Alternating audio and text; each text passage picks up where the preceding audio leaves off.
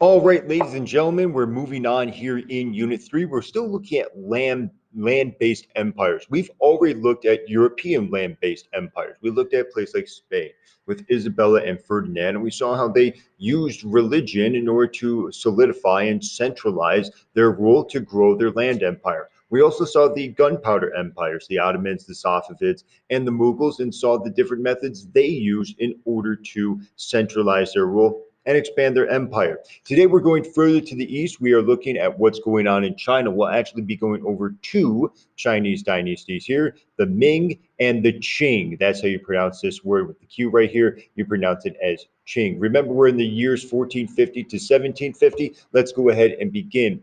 Our essential questions are, how did land empires expand? So, how are land empires expanding? We already saw that gunpowder was a way, but we'll see more ways in just a little bit. What methods did land-based empires use to centralize their rule? We're thinking back to Unit 1 about this. We're thinking about the Conrad de Mars model, about getting people to identify with the government, about taxes, about tribute. A lot of that's going to be repeated here in Unit 3. And number 3, how was religion used to unite? And how is it used to divide? We've already seen examples of both. We've had religious intolerance in places like Spain.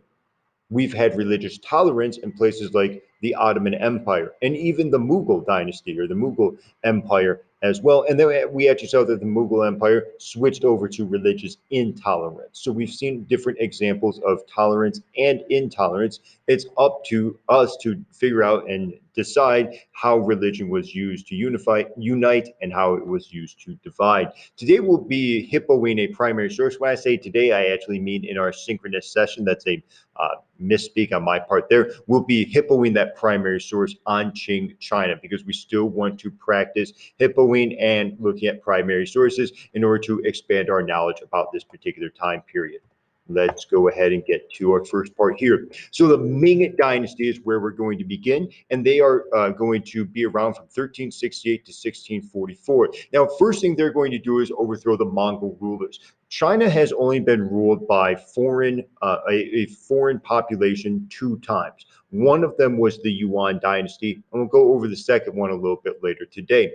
Now, the Ming dynasty is Han Chinese. These are people who are traditional Chinese individuals. They overthrew the Yuan dynasty and started the Ming dynasty in 1368. Now, at this point, there is a diverse population, and we need to keep that in mind. Oftentimes we look at China and we think, well, everyone's pretty homogeneous. I mean, everyone's Chinese. They all kind of believe the same thing. And that's definitely how I presented it in unit number 1. But because of the trade that's been occurring, especially there in unit 2, as we went over, there's now a diverse group of people, and there's a diverse amount of religions. So there's Muslims, Jews, there are still Mongols there, obviously. There are Christians there as well. So there's many, many diverse people. This is going to make it a bit more difficult to centralize rule. If we remember from Unit 1, one of the big methods used to centralize rule was those Confucian texts and the Confucian exams. Well, if not everyone believes in Confucianism, it makes it a little more difficult to centralize rule. So keep that in mind. Now, the Ming Dynasty is going to bring back the civil service exams. They're going to make Korea pay tribute, and they're going to collect taxes. So all the things that the Song Dynasty did, the Ming Dynasty is going to bring back. They're harking back to the Song Dynasty and using many of the same methods that had gone away because of the Yuan Dynasty. Now, a couple other points I want to bring up very quickly. These taxes here are not paid in resources. Oftentimes, especially during this particular time period, taxes were paid in whatever resource you grew. For example, if you're a farmer and you grow a bunch of champa rice, well, your taxes could be paid in champa rice.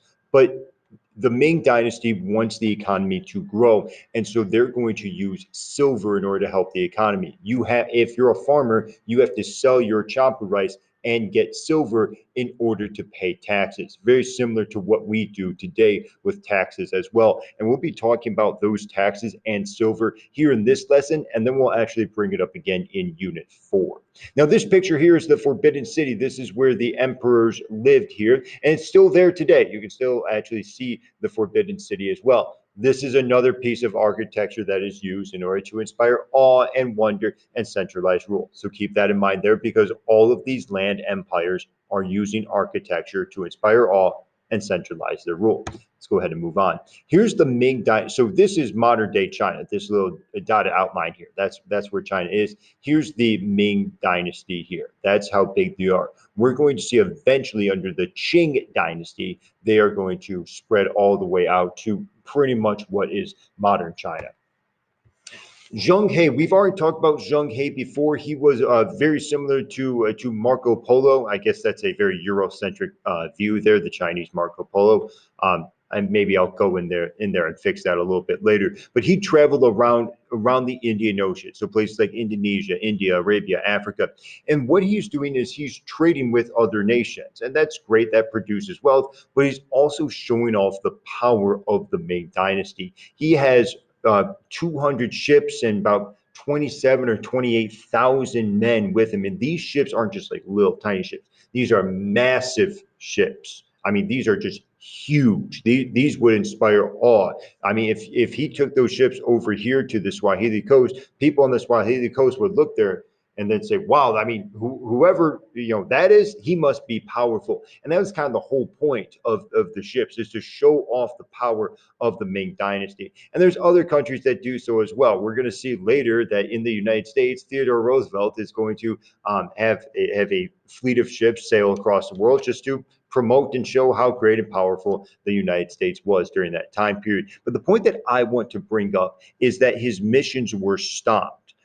And what I want you guys to realize here is that these missions are stopped because there's an interaction with foreign cultures. Remember all of those foreign ideas, those non-Confucian, non-traditional Chinese ideas and people who are coming into the empire? Well, the Chinese leadership doesn't really like that, because they see that as eroding and getting rid of traditional Chinese culture. So we can make the assumption here that from here on out, the Chinese are going to want a traditional Chinese culture.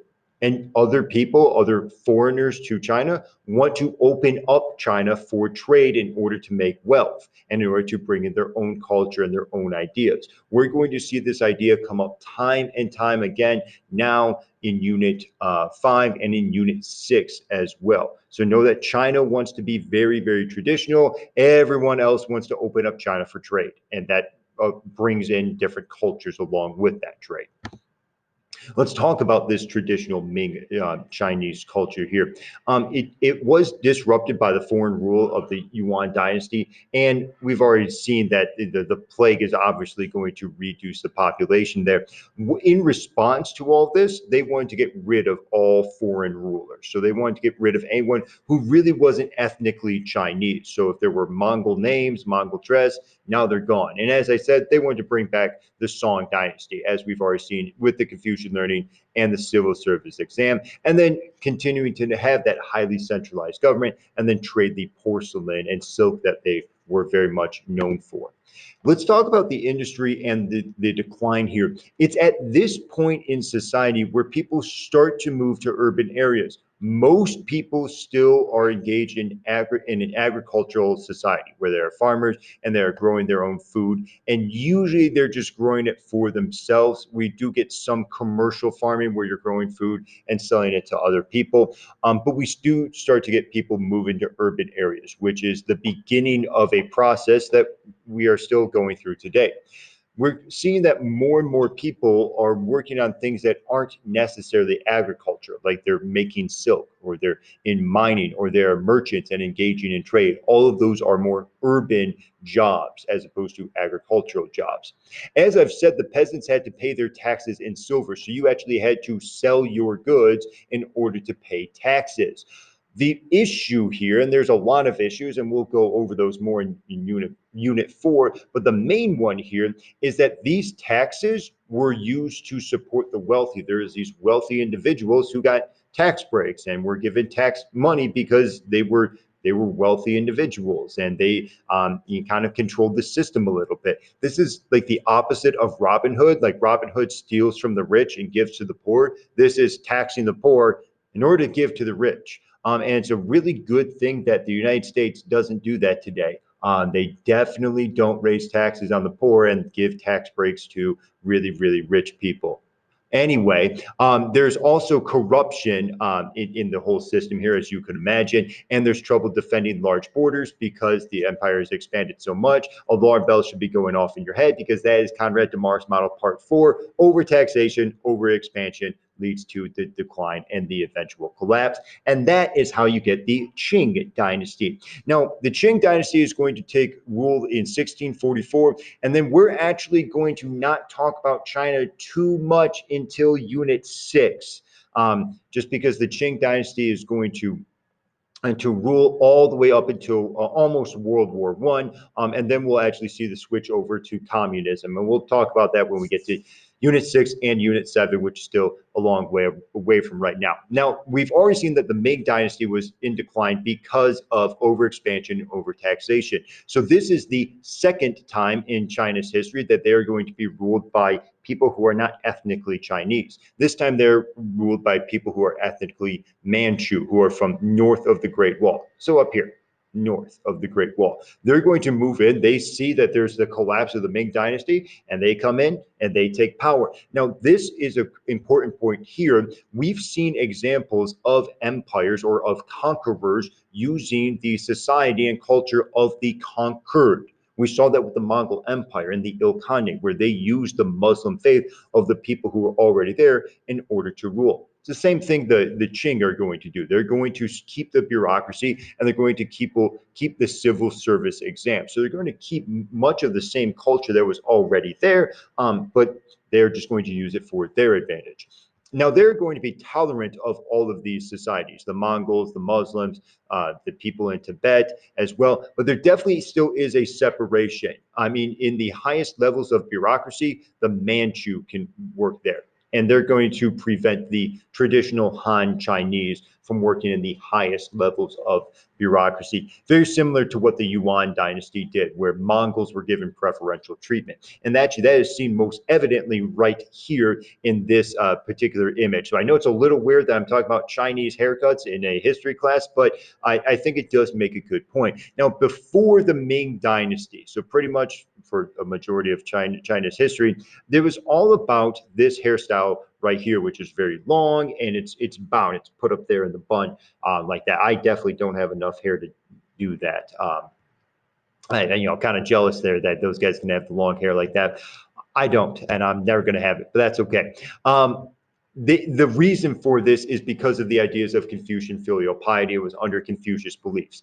So that's very obvious and evident, and we saw that in Unit 1. But if we jump to the Qing dynasty, they have this weird haircut right here where half their head is shaved, and then you have this long ponytail in the back here. This is supposed to represent submission, as we see down at the bottom there, that the Han Chinese were submitting to the Manchu dynasty or bowing down to them, which is why their head was shaved like that. Then we'll eventually get to this part right here where we talk about the westernization of China and how they're going to change their hairstyle to match more of the Western European culture that we've already talked about. So we'll talk about this hairstyle a little bit later, but know that we're on this one right now during the Qing dynasty.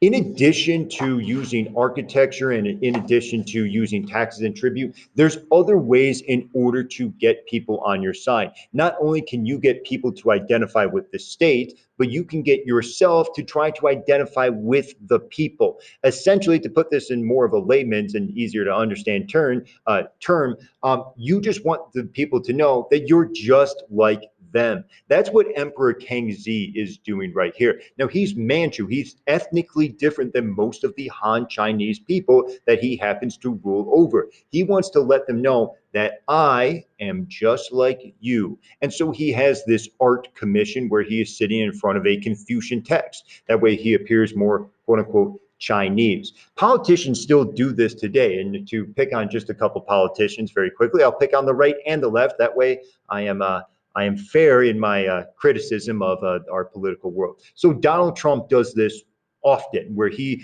tries to let people know that he's just like them. I'm just another American guy. I'm just like you. You're American. I'm American. We're all American. I mean, the guy's also a billionaire. He's also a real estate mogul and all of that. So, I mean, I find it difficult to identify with him a bit because I am not a real estate mogul, nor am I a billionaire. It turns out that teaching does not produce too many billionaires. But Donald Trump's still going to try to identify with the common people. To make sure I'm fair, I'll go ahead and make fun of the Democrats as well. Hillary Clinton famously did this. I believe this was back in 2015 when she was still running for president.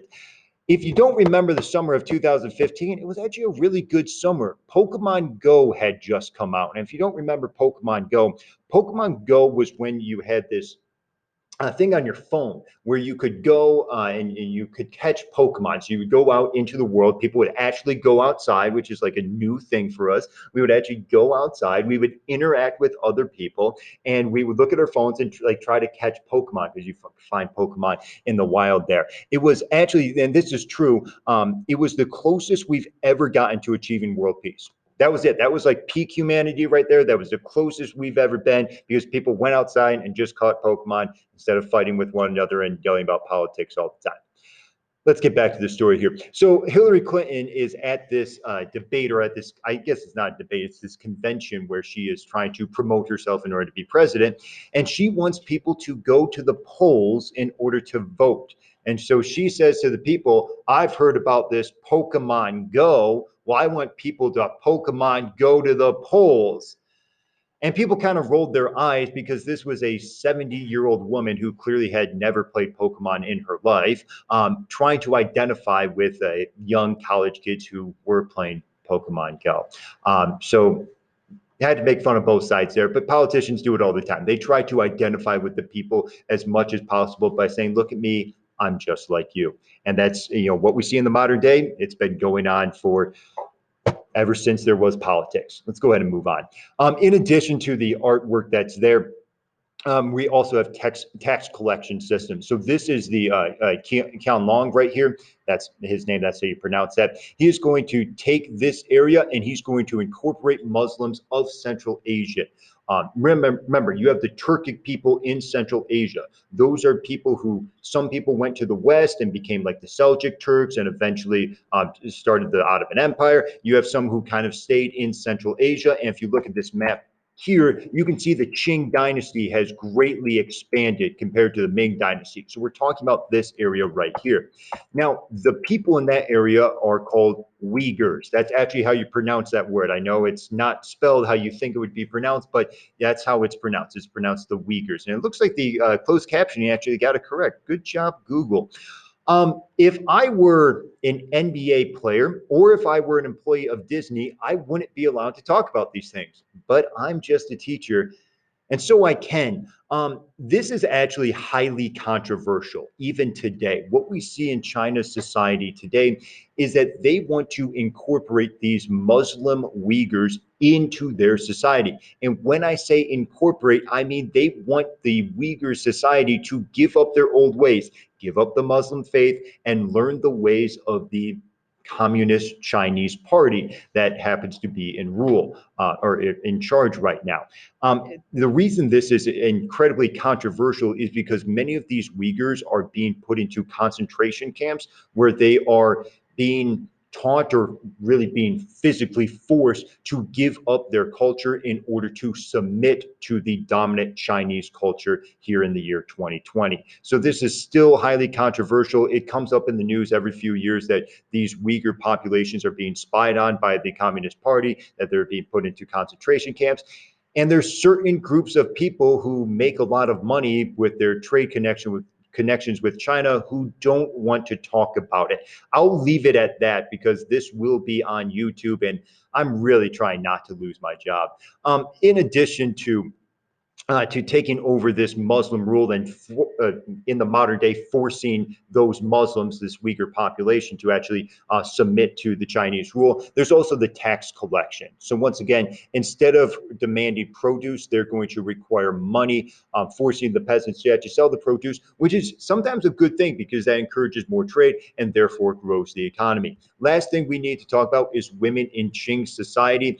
This is still a very patriarchal society. So alarm bells should be going off in your head because you think, hey, that's a continuity all the way back in Unit 1, how women were seen as submissive and inferior to their husbands. That's still a big part of this Qing society. This is where you actually get binding of the feet. So right here, it was a tradition in Qing society for women to bind their feet because small feet were seen as prettier and more attractive, and so they bound their feet, preventing them from growing, which is obviously seen right here, which is why her feet look abnormal. We'll put that mildly there. This is just supposed to be indicative of the fact that women are submissive, that they're going to listen to their husbands. I mean, the husbands are the ones demanding the feet binding. The husbands are the ones who demand them to work around the house. So I want you just to see that the women were still seen as very submissive to their husbands. It was still very much a patriarchal or male dominated society. Ladies and gentlemen, that's going to go ahead and wrap up our presentation about the Ming and the Qing.